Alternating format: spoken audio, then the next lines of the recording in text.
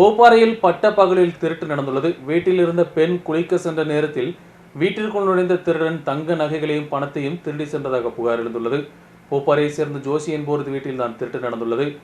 10 சவரன் தங்க நகையும் 1 லட்சம் ரூபாயும் திருடப்பட்டதாக புகார் எழுந்துள்ளது.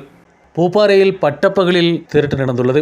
வீட்டில் இருந்த பெண் குளிப்பதற்காக சென்ற நேரத்தில் தான் வீட்டிற்குள் நுழைந்த திருடன் 10 சவரன் தங்க நகைகளும் 1 லட்சம் ரூபாயும் திருடி சென்றுள்ளார். பூப்பாறை பகுதியைச் சேர்ந்த ஜோசி என்பவரின் வீட்டில் தான் திருட்டு நடந்துள்ளது. திரும்பி வெளியே வந்த பெண்ணின் முன்பகுதி வழியாக திருடர் ஓடி தப்பித்ததாக கூறப்பட்டுள்ளது. சாந்தமாரி காவலர்கள் சம்பவ இடத்திற்கு சென்று விசாரணை தொடங்கியுள்ளனர். மாலை 3 மணிக்கு தான் சம்பவம். ஜோசியும் குடும்ப உறுப்பினர்களும் விவசாய இடத்திற்கு சென்ற நேரத்தில் தான் திருட்டு நடந்துள்ளது. இந்த நேரம் ஜோசியின் மனைவி சினி மட்டுமே வீட்டில் இருந்துள்ளார். சினி குளிப்பதற்காக சென்ற நேரத்தில் தான் திருட்டு நடந்துள்ளது.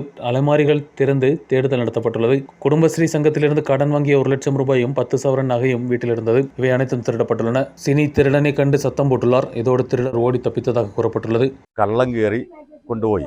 അപ്പോൾ ഞങ്ങൾ താഴെ കായെടുപ്പായിരുന്നു. കായ കൊണ്ട് വണ്ടിയെ വെക്കുന്നത് ഞാൻ എൻ്റെ മകനും ഉണ്ടായിരുന്നു.